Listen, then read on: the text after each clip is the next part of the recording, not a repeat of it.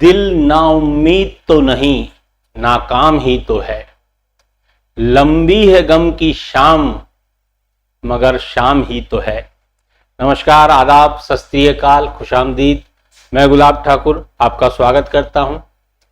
दोस्तों, ये जो वीडियो है ये उन छात्रों के लिए है जो सर्च कर करके परेशान हो चुके हैं, नाउम्मीद हो चुके हैं कि यूट्यूब पर कहीं भी ना तो असिस्टेंट प्रोफेसर के लिए कोई मैटर मिल रहा है, ना ही स्टेट एलिजिबिलिटी टेस्ट यानी राज्य पात्रता परीक्षा और ना ही राष्ट्रीय पात्रता परीक्षा यानी नेट। इन तीनों परीक्षाओं के लिए कोई भी मानक मटेरियल नहीं मिल पा रहा है ना। अगर मैं बात करूं तो सहायक प्राध्यापक जिसका एग्जाम होने वाला है, सहायक प्राध्यापक 2022 जिसका एग्जाम 2023 अक्टूबर में होने वाला है, साथ ही जो हर बार होता है स्टेट एलिजिबिलिटी टेस्ट जिसे आप सेट कहते हैं, और एक जिसे आप क्या कहते हैं, नेट, नेशनल एलिजिबिलिटी टेस्ट यानी राष्ट्रीय पात्रता परीक्षा। तो जो भी समाज शास्त्र के विद्यार्थी हैं, इन विद्यार्थियों के लिए मैं एक नया कोर्स लेके आने वाला हूं जिसमें हम लगभग 10,000 से अधिक MCQ सॉल्व करेंगे और वो रहेंगे आपके सिलेबस के अकॉर्डिंग। ठीक है, तो सबसे पहला, मुख्यतः जो आपका सहायक प्राध्यापक का जो सिलेबस है उसी के अंदर ही राष्ट्रीय पात्रता परीक्षा का भी सिलेबस समाहित है और उसी के अंदर ही राज्य पात्रता परीक्षा का भी सिलेबस समाहित है। यानी अगर आप ये सहायक प्राध्यापक जिसका हम कोर्स लेके आ रहे हैं, फ्री ऑफ कॉस्ट है, अगर आप इसकी तैयारी कर लेते हैं तो आपका समाज शास्त्र विषय से आसानी से नेट भी क्लियर हो जाएगा और आसानी से राज्य पात्रता परीक्षा भी आप पास कर लें। ठीक है, तो 10,000 से अधिक हम MCQ की सीरीज लेके आने वाले हैं जो कि अकॉर्डिंग टू सिलेबस होगी। यानी सबसे पहले बेसिक कंसेप्ट ऑफ सोशियोलॉजी यानी जो मूल अवधारणाएं हैं उनको हम देखेंगे। देखिए सिलेबस क्या है, 10 इकाई में वर्गीकृत है आपका सिलेबस। ठीक है, उसी प्रकार से नेट का भी वर्गीकृत है, उसी प्रकार से सेट का भी वर्गीकृत है ना। ध्यान रखिएगा, पहला है जिसमें समाजशास्त्र की अवधारणाएं, अवधारणाओं में समाजशास्त्र की प्रकृति क्या है, मूल अवधारणा में समुदाय क्या होता है, संस्था क्या है, समिति क्या है, ये काफी मिलते जुलते हैं लेकिन इनमें बहुत अंतर है ना। समुदाय क्या होता है, हम बोलचाल की भाषा में बोल देते हैं, हम भारतीय समुदाय के लोग, पर हम जानते नहीं है वास्तव में समुदाय की परिभाषा क्या है ना। तो हम यहां पर ये भी जानेंगे कि समुदाय होता क्या है, समिति क्या होती है, संस्था क्या होती है, समिति और संस्था में अंतर क्या होता है। सामान्यतः हम किसी भी चीज को संस्था कह देते हैं, है ना। कोई एकेडमी चल रही है तो हम कह देते हैं हमारे संस्थान में ऐसा हो रहा है। नहीं, एकेडमी संस्था नहीं है, एकेडमी समिति का उदाहरण है, ये ध्यान रखिएगा। समुदाय क्या है, तो एक निश्चित भौगोलिक क्षेत्र में रहने वाले लोग जिनमें हम की भावना पाई जाती है उसे समुदाय कहा जाता है।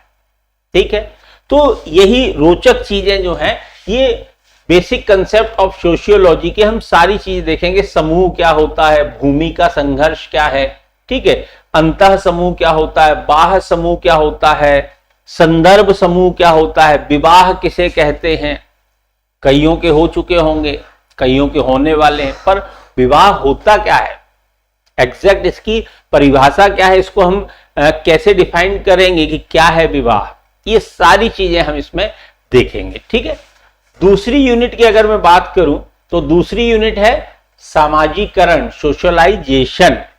सामाजिकरण क्या होता है, तो समाज के मूल्यों मानकों को जो सीखने की प्रक्रिया है जिससे कि एक बच्चा जैविक प्राणी से सामाजिक प्राणी में कन्वर्ट होता है, उसे कहा जाता है सामाजिकरण। तो सामाजिकरण के लिए अलग अलग लोगों ने क्या क्या अवधारणाएं दी हैं।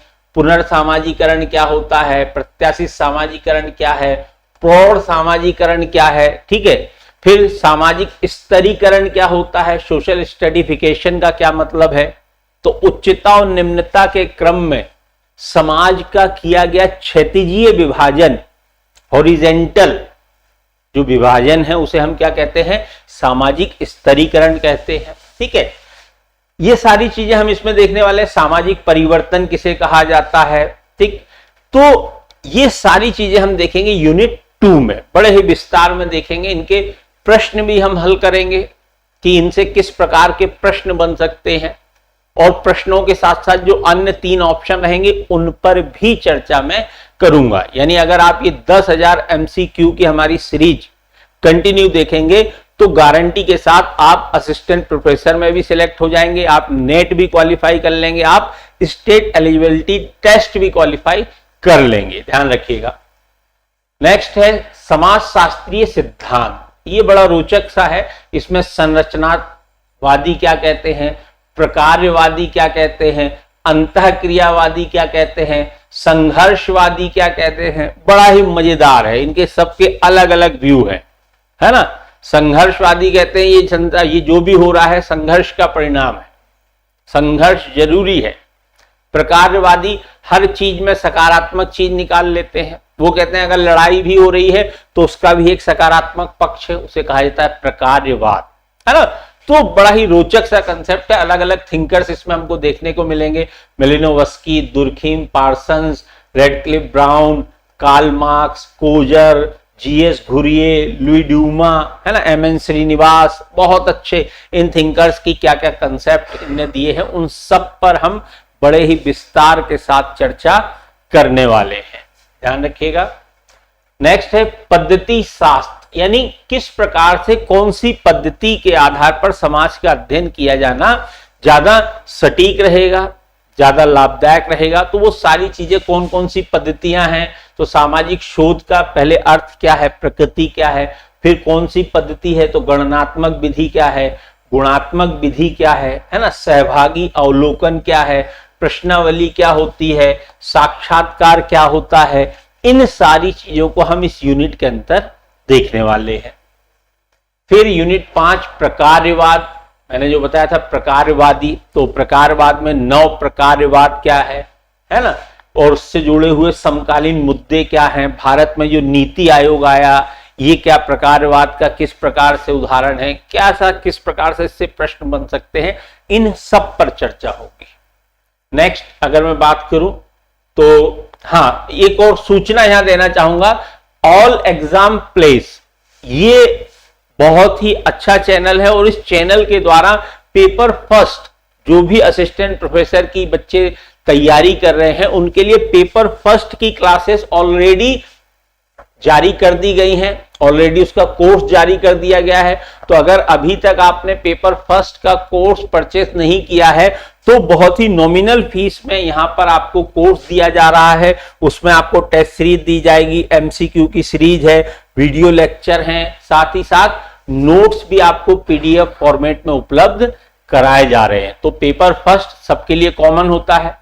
फिर पेपर जो सेकंड होता है वो ऑप्शनल है, हो सकता है आपका सोशियोलॉजी है, किसी का दूसरा विषय है, दर्शन शास्त्र है, किसी का कुछ है ना, लेकिन पेपर फर्स्ट सबके लिए कॉमन है। तो अगर अभी आप सर्च करेंगे तो सबसे अच्छा और सबसे बेहतर ऑल एग्जाम प्लेस पे आपको मिल जाएगा असिस्टेंट प्रोफेसर का पेपर फर्स्ट। तो अभी आप पेपर फर्स्ट की तैयारी शुरू कर दीजिए। बहुत ही जल्द हम लोग एज ए ऑप्शनल यानी सोशियोलॉजी भी जारी करने वाले हैं असिस्टेंट प्रोफेसर के लिए, नेट के लिए और सेट के लिए सॉरी, ठीक है। नेक्स्ट अगर मैं बात करूं तो अगली यूनिट है ग्रामीण समाज शास्त्र।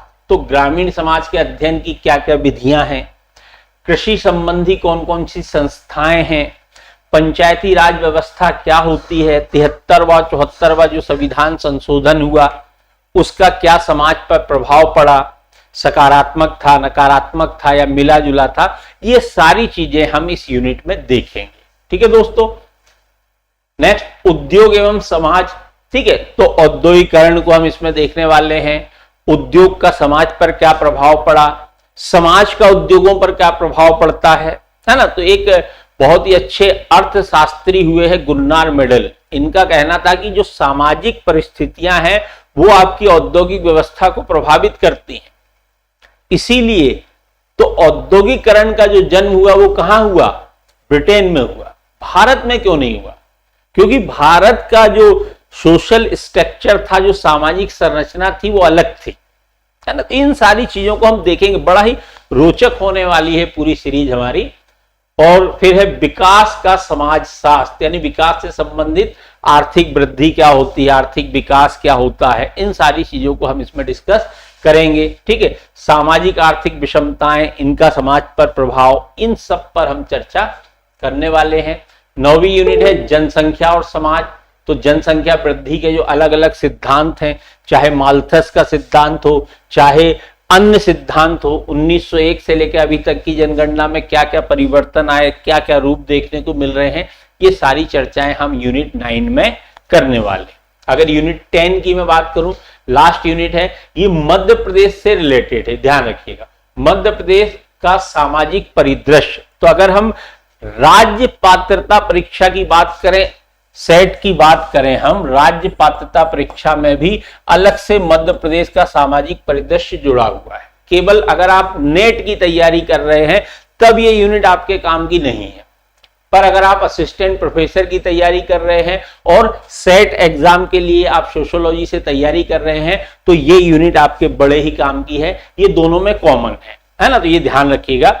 इसके अंतर्गत हम मध्य प्रदेश में पंचायती राज, मध्य प्रदेश में जनजातीय समाज, मध्य प्रदेश के जनजातीय समाज के पर्व हैं, त्योहार हैं, है ना, उनका किस प्रकार का कल्चर है, कैसे उत्पत्ति हुई, इन सारी चीजों की चर्चा हम इस यूनिट में करने वाले हैं। तो दोस्तों, इस बात का विशेष रूप से ध्यान रखिएगा कि अगर आप समाज शास्त्र से असिस्टेंट प्रोफेसर का एग्जाम दे रहे हैं, या फिर आप नेट की तैयारी कर रहे हैं, या फिर आप राज्य पात्रता परीक्षा की तैयारी कर रहे हैं, तो ये सीरीज आपके लिए बहुत ही लाभदायक होने वाली है। ठीक है, तो इस बात का विशेष रूप से ध्यान रखें। और इसी के साथ एक आखिरी चंद लाइनों के साथ आपसे विदा लेता हूं। चाहे लाख मुश्किलें आ जाएं, चाहे लाख मुश्किलें आ जाएं, तुम अपने सफर को मत थामना, तुम अपने सफर को मत थामना, और हर हाल में सफलता आपकी होगी, हर हाल में सफलता आपकी होगी। आपकी सफलता के लिए मेरी शुभकामना। धन्यवाद।